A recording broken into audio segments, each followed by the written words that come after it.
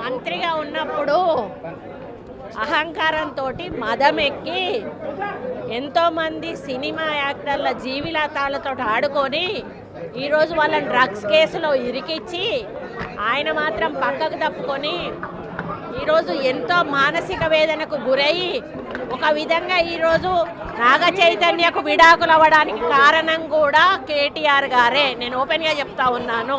మీరు ఎంక్వైరీ కొండా సురేఖ దొంగ ఏడుపులు దొంగ మాటలు మాట్లాడుతుంది. గతంలో ఫోన్ ట్యాపింగ్ సంబంధించి హీరోయిన్ల ప్రస్తావన మాట్లాడారు కదా, అప్పుడు ఆమె మహిళ కాదా? అప్పుడు ఆ మనోభావాలు దెబ్బతిన్నట్టు ఎందుకు మాట్లాడలేదు? ఆ రోజు కూడా మాట్లాడినా ఫోన్ ట్యాపింగ్లు చేశారు అనేటువంటి విషయంలో కూడా నేను మాట్లాడినా. ఆయన వినకపోతే ఉంది అని చెప్పి వాళ్ళ మనోభావాలు దెబ్బతీశారంటున్నాడు. ఫోన్ ట్యాపింగ్ అవును చేసింది ఎవరు? మీరే కదా. మీరు చేయడం అనేది తప్పు అని చెప్పి మేము బహిర్గతం చేశాం కానీ పేర్లు చెప్పలేదు కదా.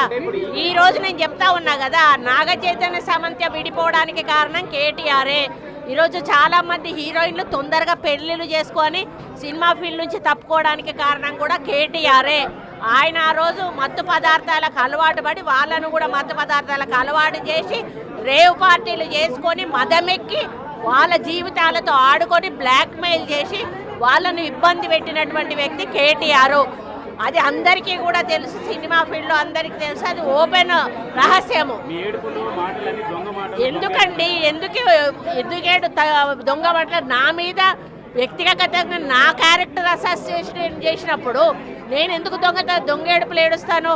నువ్వు ఎవరి మీద వచ్చినప్పుడు ఏడిస్తే ఏదో నాటకం చేసినట్టు నా క్యారెక్టర్ అసాసినేషన్ చేస్తారు, నా మీద అసభ్యకరమైనటువంటి పోస్టులు పెడతారు. సిగ్గు లేకుండా మీ భారతీయ రాష్ట్ర సమితి పైన పేరు ఉంటుంది, అకౌంట్ పేరు, కింద మీ ఫోటోలతోటి కామెంట్లు ఉంటాయి.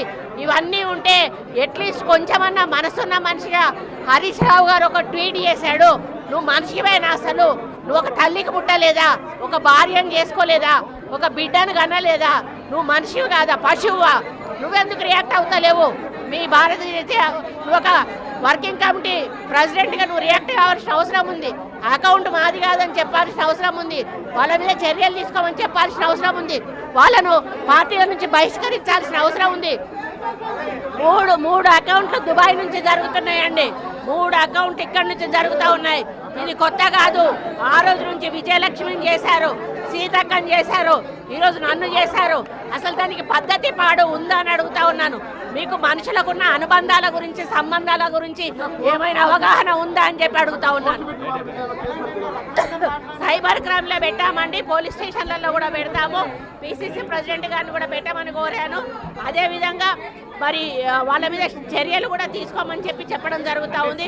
కాకపోతే ఇది మాకు వచ్చేసి నాన్ అవైలబుల్ కేసు, దానివల్ల వాళ్ళు ఇంకా రెచ్చిపోయే అవకాశం ఉంటుంది. కాబట్టి ఇక ముందు జరిగితే మాత్రం దీన్ని సీరియస్. నేను నిన్న గాంధీ భవన్లో మాట్లాడేటప్పుడు మరి కేటీఆర్ గారు క్యారెక్టర్ గురించి, మరి వారి గతంలో వారు చేసినటువంటి కార్యక్రమాల గురించి, మహిళల మీద వారికి ఉన్నటువంటి మరి చులకన భావం గురించి మాట్లాడుతూ మరి ఆయన నన్ను రొచ్చగొట్టే విధంగా మాట్లాడినప్పుడు నేను భావోద్వేగానికి లోనై మరి కొన్ని ఆయన మీద నేను విమర్శలు చేయాల్సిన అవసరం వచ్చింది. ఆ సందర్భంలో నాకు ఇంకెవరి మీద కూడా వ్యక్తిగత ద్వేషం కానీ మరి వ్యక్తిగత కోపం కానీ లేదు. అనుకోని ఆ సందర్భంలో ఒక కుటుంబం మాట నేను తీయడం ఏదైతే ఉందో అది అనుకోకుండా నా నోటి నుంచి జరగడం జరిగింది. ఆ తర్వాత వారి ట్వీట్ చూసిన తర్వాత నేను కూడా చాలా బాధపడ్డాను. ఎందుకంటే ఏ విషయంలో నేనైతే బాధపడతా ఉన్నానో ఆ విషయంలో నేను ఇంకొకరిని నొప్పించాను అని తెలిసి రాత్రి వెంటనే మరి దాన్ని వెనక్కి తీసుకుంటూ నేను ట్వీట్ చేయడం జరిగింది. కాబట్టి నాకు జరిగిన అవమానం, నేను పడ్డ బాధ ఇంకొకరు పడకూడదు అనేటువంటి ఒక ఆలోచనతోటి నేను బేషరతుగా దాన్ని వెనక్కి తీసుకోవడం జరిగింది. కానీ కేటీఆర్ విషయంలో మాత్రం తగ్గేది లేదు. ఆయన తప్పనిసరిగా క్షమాపణ చెప్పాల్సిన అవసరం ఉంది. ఆయనే చేసేదంతా చేసి ఈరోజు నన్ను క్షమాపణ చెప్పాలి అని డిమాండ్ చేయడం ఏదైతే ఉందో మరి దొంగ అని తనే దొంగ అని అరిచినట్టుగా ఉంది. ఆ విషయంలో మాత్రం ఎట్టి పరిస్థితుల్లో కూడా